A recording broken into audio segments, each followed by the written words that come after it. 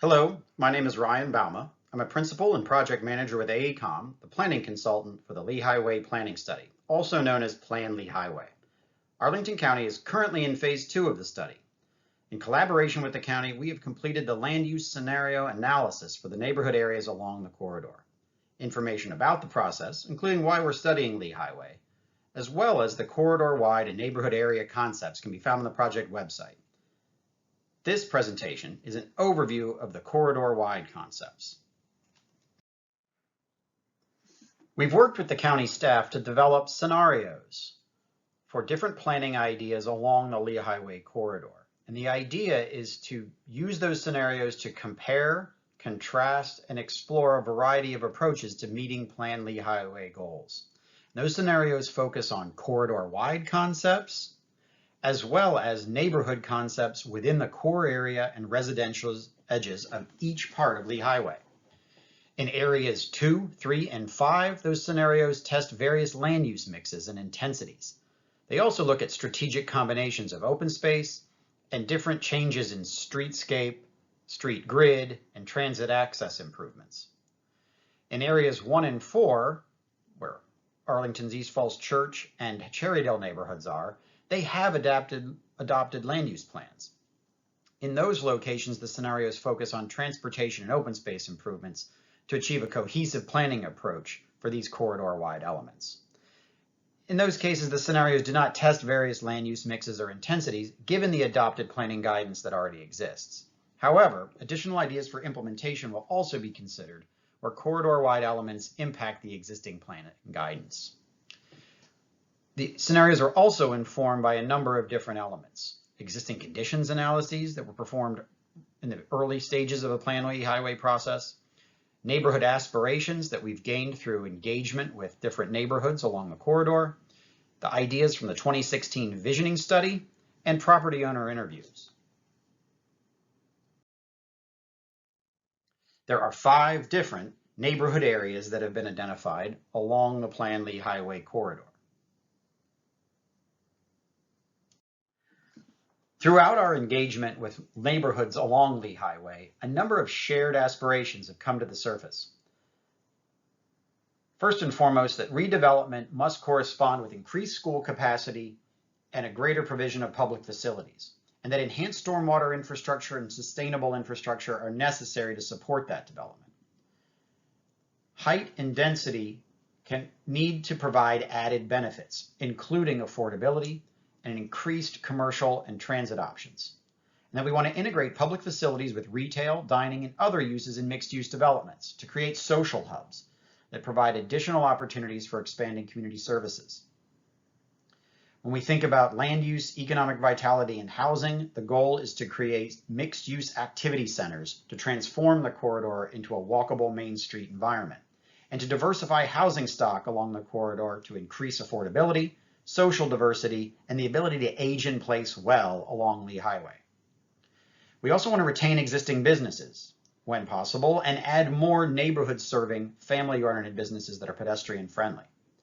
And when we think about public spaces, transportation, and urban design, we think about creating better, more convenient, comfortable, and safer walking and biking environments that are accessible, particularly on Lehigh Way and other major arterials. We think about improved and increased transit services. We think about gathering in a variety of public spaces.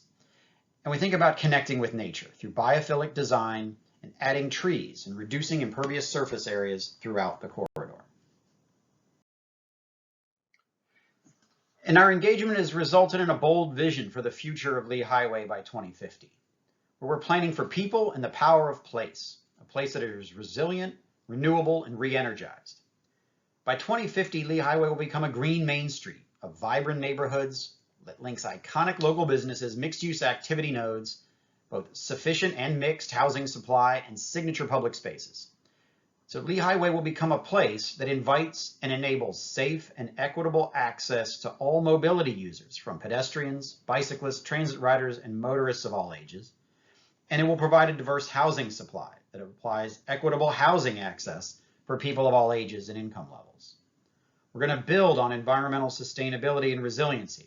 We're going to manage stormwater effectively, reduce energy demand in buildings, and promote mass transit and walkability, helping to achieve carbon neutrality in support of county policies. We're going to promote development that enhances the economic well-being of the corridor through investments, jobs, and larger tax base. We're going to provide community facilities and gathering spaces for all ages and income levels. This development is going to need to feature inspiring architecture and landscapes designed to last for generations. And we want to celebrate, honor, and acknowledge the past, present, and future through vibrant public spaces, art, and culture.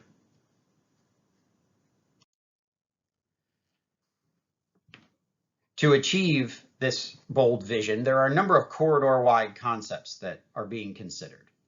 Fundamentally, it's that transition, that evolution from a highway-oriented environment to more of a Main Street environment in many locations. Establishing a walkable network of complete streets and multimodal access. Strengthening the public accessible space network, emphasizing how the private sector can help implement that network. And establish multiple neighborhood-oriented mixed-use nodes and social hubs. The goal corridor-wide is to preserve and enhance affordability and diversity of housing options, to integrate housing types that transition to lower density residential uses in single-family edges. We want building form, density, and height to be planned in context with those adjoining neighborhoods and to achieve public improvements. We're going to make sure that equity is integrated throughout all of the key planning elements. And there'll be a special attention to reducing downstream flood risk. Throughout all of this, we're strongly encouraging reinvestment through redevelopment to realize these goals. And to provide new choices for the property owners along the corridor to pursue that change beyond the by right allowances that exist today.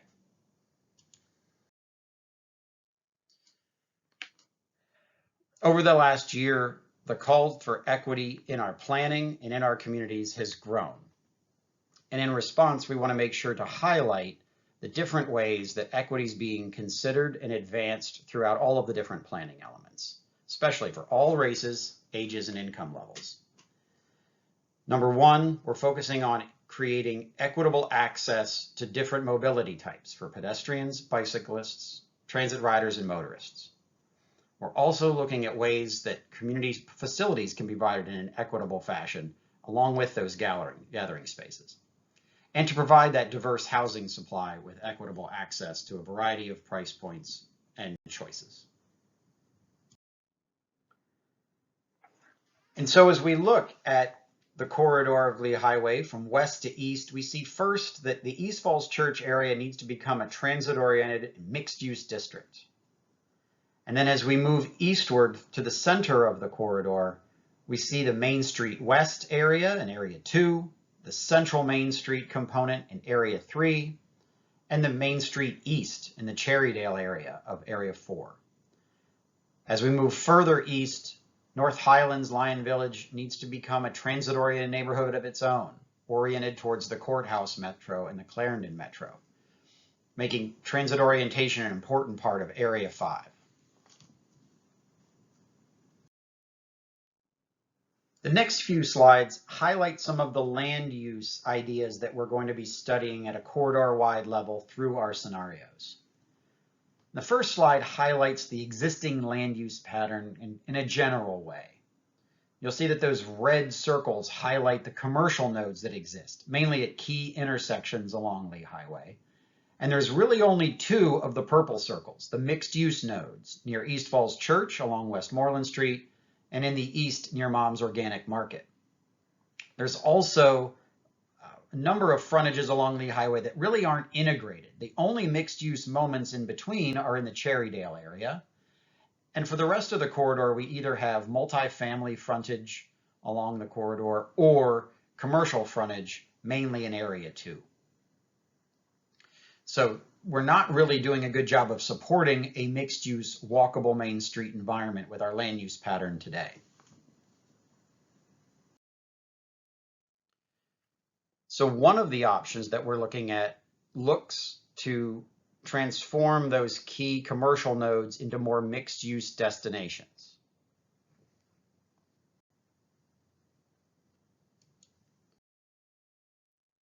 We're also looking at transitions that might allow more residential uses along some of the currently commercial corridor.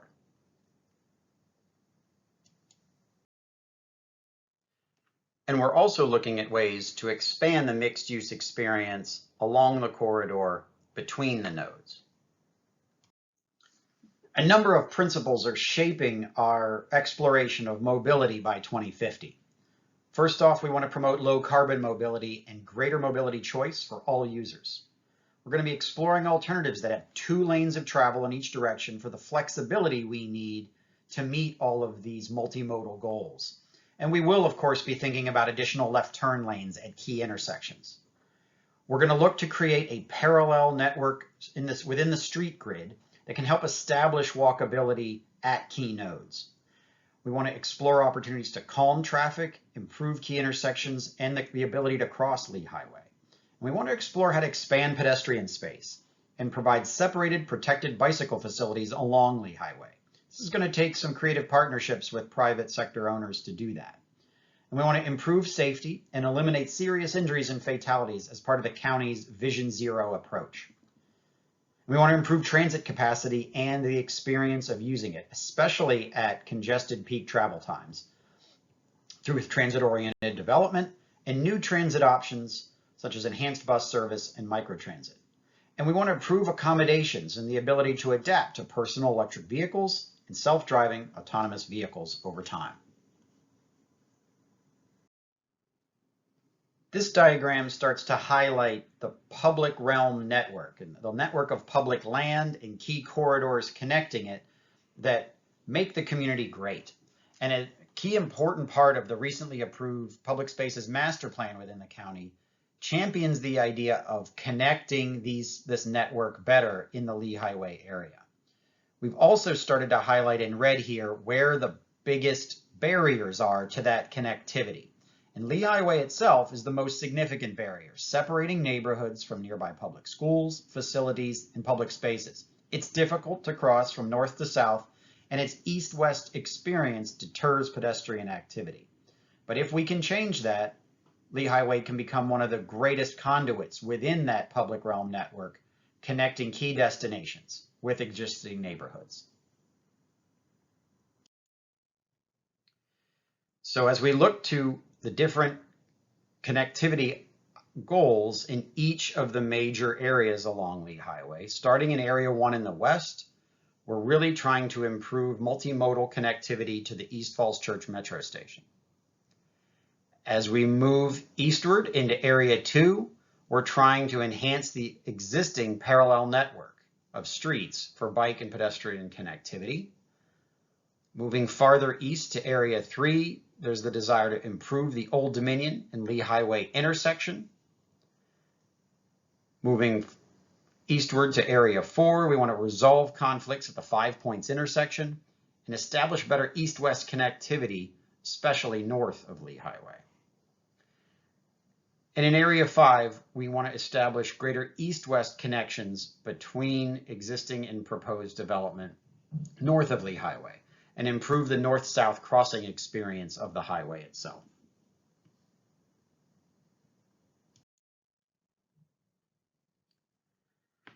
The character of the public realm, especially along Lee Highway, is very important. You can see along the commercial sections of the corridor, it's generally characterized by minimal tree cover, large surface parking lots, narrow sidewalks within a constrained right-of-way.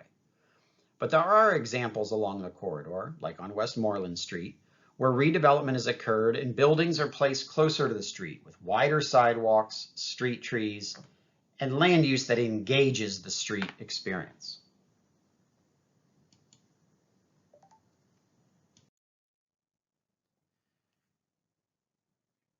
Within the residential streetscapes, many of the neighborhoods are generally pleasant, with lushly landscaped streets, that biophilic atmosphere that includes street trees and adequate sidewalks to connect neighborhoods. There are certain locations, though, where those neighborhoods lack pedestrian connectivity, and that's an important part of our recommendations moving forward.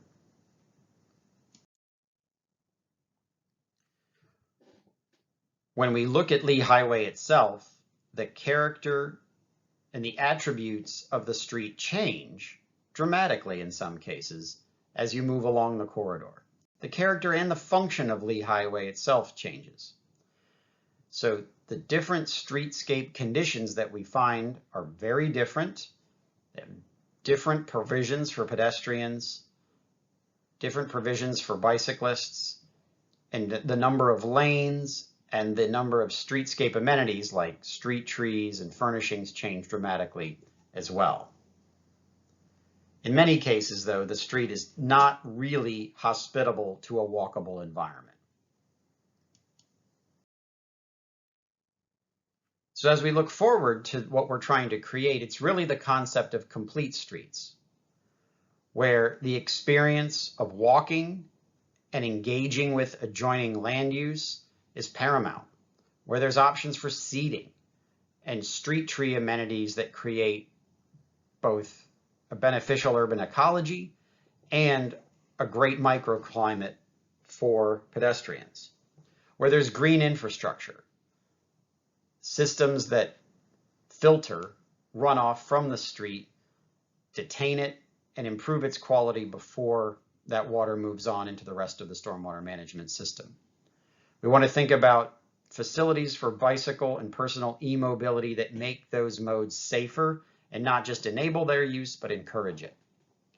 We want to think about the ways we can use the street, especially at key times, to enhance the bus service. And we want to maintain the flexibility in our travel lanes and in our curb space to allow for a future that involves enhanced microtransit and connected and autonomous vehicles.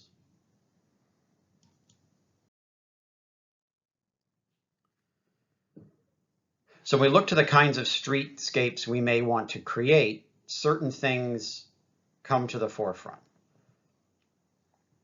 We want to make sure that we're improving the space for pedestrians, including options for street trees along the entire length of Lee Highway. And for most of the corridor, we want to focus on creating separate, dedicated facilities for bicycles to help provide and encourage that type of mobility to connect neighborhoods with the commercial destinations they're seeking for short trips and longer commuting trips as well. And depending on the different segment of Lee Highway, those facilities may look different and connect in different ways to take advantage of the opportunities and challenges that exist along the way. So in each area, we will discuss more about the streetscape proposals for each location.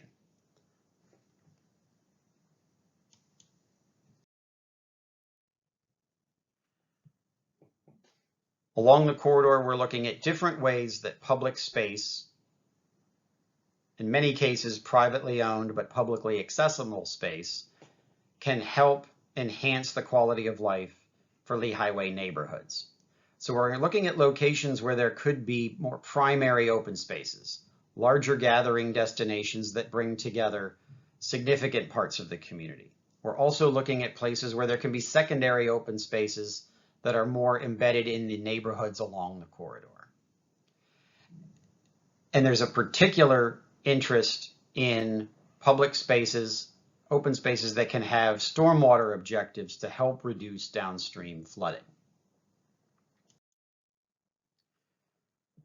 Part of the reason for this is within the core area, near the top of the watershed in many cases, nearly 70% of it is impervious. So the water that lands there runs off quite quickly into the stormwater management system, heading downhill. There's also relatively low amounts of tree canopy that help soak up that water. Only 21% of the core area has tree canopy coverage today. That compared to a county average of roughly 40%. The county has experienced significant flooding concerns, especially downstream of certain parts of the Planning Lee Highway area. It's occurring outside of the floodplain, and it's brought on by intense storms and structures built over former streams and aging infrastructure, not just due to the high amount of impervious coverage. But we've been looking at where the largest complaints of flooding activity are and looking at how public spaces upstream of those locations can help manage stormwater better.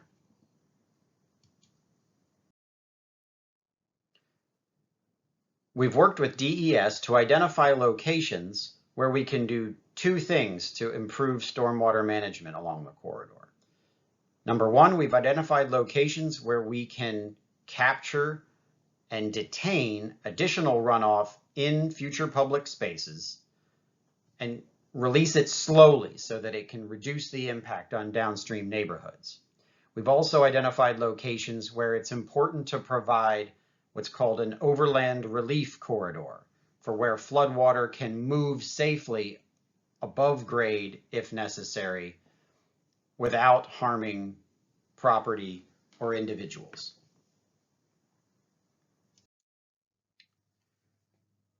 We'll also be looking at augmenting our streetscapes and our new construction with bioretention, gardens that can intercept that runoff and filter it, and also looking at the ways green roofs can be used to improve stormwater quality and help manage the quantity of it.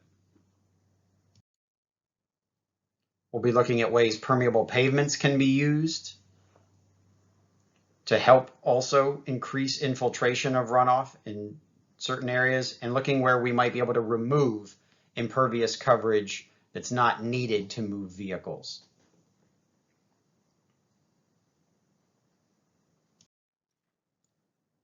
A significant portion of the emissions that Arlington County is looking to reduce come from the building sector.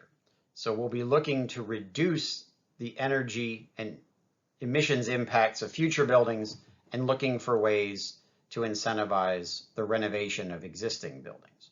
We're also going to need to look at transportation and lower emission transportations that includes vehicles, public transportation, signalization, and electric and hybrid vehicle charging infrastructure.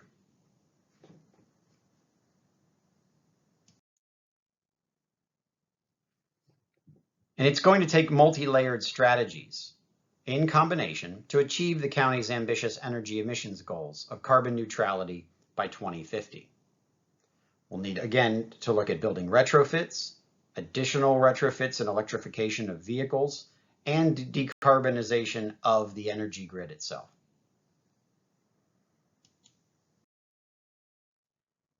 The county's existing inventory of educational, recreational, library, and cultural assets, both the land and the buildings, will be evaluated to explore opportunities for acquisition, expansion, renovation, and redevelopment.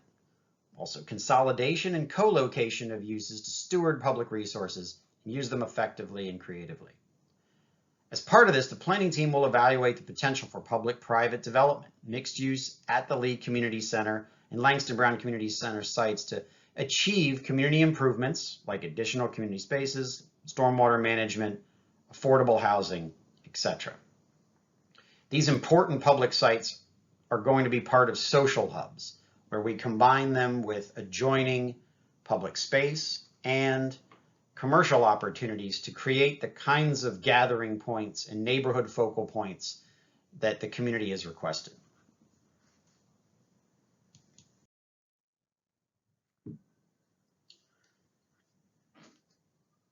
The goal of all of this, the mobility improvements, the public space improvements, public facilities enhancements, streetscapes, all coming together to create a livable built environment that improves social cohesion between neighborhoods and promotes the public wellness.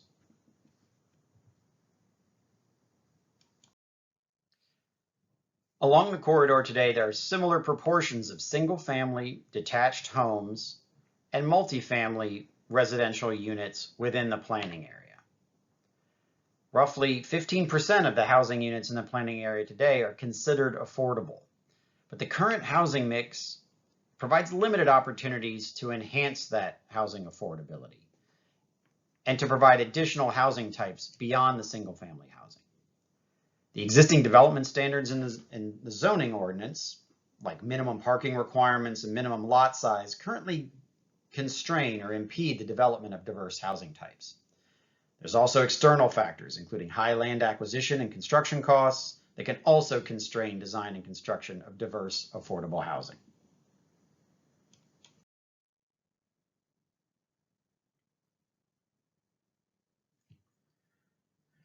So as we look to diversify, we also look to create great transitions. And so we're looking at bringing in new housing types to help make the transition between multifamily development and single-family homes. Things like skinny houses, cottages, accessory dwelling units, duplexes, and modest, small multifamily structures to use as stepping stones in that transition. But the findings from this planning study will inform the missing middle housing study that's ongoing by the county right now, and the multifamily reinvestment study. These processes will continue to share findings, though, so that we can be informed by their processes as well. The county board adopted plan for Lee Highway, though, will ultimately be the prevailing vision, which all future development must conform to. And we will, of course, need to achieve architectural and urban design excellence in the redevelopment that happens. This means that the building masses need to terrace and step to adjoining neighborhoods to be sensitive to their character and scale. It means that the ground floors need to help animate public space and engage the streetscape. And it means the facades of the buildings need to be welcoming and to create a distinctive character that's relevant to the history of each neighborhood along Lee Highway. The history and culture of Lee Highway neighborhoods are critical to the planning effort. As part of the process, a cultural resources survey was performed where locations that had contributed significantly to one or more facets of Lee Highway's history were identified. These contributions may go well beyond the architectural value of existing buildings and go into the broader social, cultural, and historical context of Lee Highway. At this point, while they've been identified, no recommendations have yet been made as to full or partial preservation of these individual resources. More will happen in that regard as the concept plan for the corridor is developed in greater detail. Thank you for watching the presentation. More information about Plan Lee Highway and the process and other information about individual neighborhoods and the scenarios developed for those neighborhoods can be found on the project website. Thank you very much.